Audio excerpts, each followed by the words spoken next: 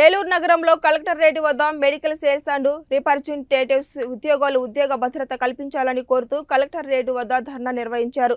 ఈ సందర్భంగా AP union రాష్ట్ర కార్యదర్శి ప్రసాద్ మాట్లాడుతూ రాష్ట్రంలో మందుల ధరలు తగ్గించాలని, అదే విధంగా మందులపై జీఎస్టీ ఎత్తివేసి అవసరమైన కొన్ని రకాల మందులపై మాత్రమే ట్యాక్స్ వసూలు చేయాలని డిమాండ్ చేశారు। అదే విధంగా సేల్స్ రిప్రజెంటేషన్ గా పనిచేసే ఉద్యోగులకు ఉద్యోగ భద్రత కల్పించాలని విజ్ఞప్తి చేశారు। Andhra Pradesh medical and sales representative union రాష్ట్ర కార్యదర్శిగా పనిచేస్తున్నాను।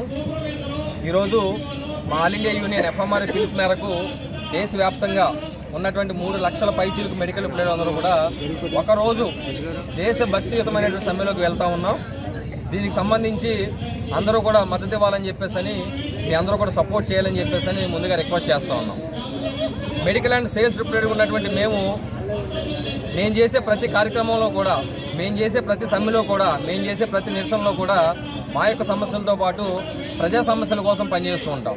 అందులో భాగంగానే ఈ యొక్క సమ్మెలో మందుల ధరలు తగ్గించాలని చెప్పేసి మందులపై జీఎస్టీ 12%, 18%, 24% వేసి ఇవాళ పేద ప్రజలు, మధ్యతరగతి ప్రజలు నడ్డివిరుస్తూ ఉన్నారు।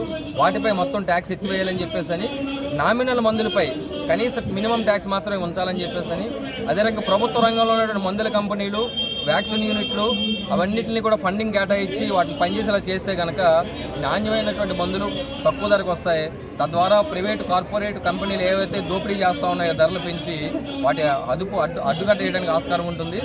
అదే రకంగా మెడికల్ రిప్రజెంటేటివ్లకి ఉద్యోగ భద్రత కల్పించాలని డేటా బేస్తో ఇవాళ యాప్లు, రకరకాల ట్యాబ్లు, రకరకాల జీపీఆర్ఎస్ పేరుతో చాలా దారుణమైనటువంటి స్క్రూట్ని హెరాస్మెంట్ జరుగుతూ ఉంది।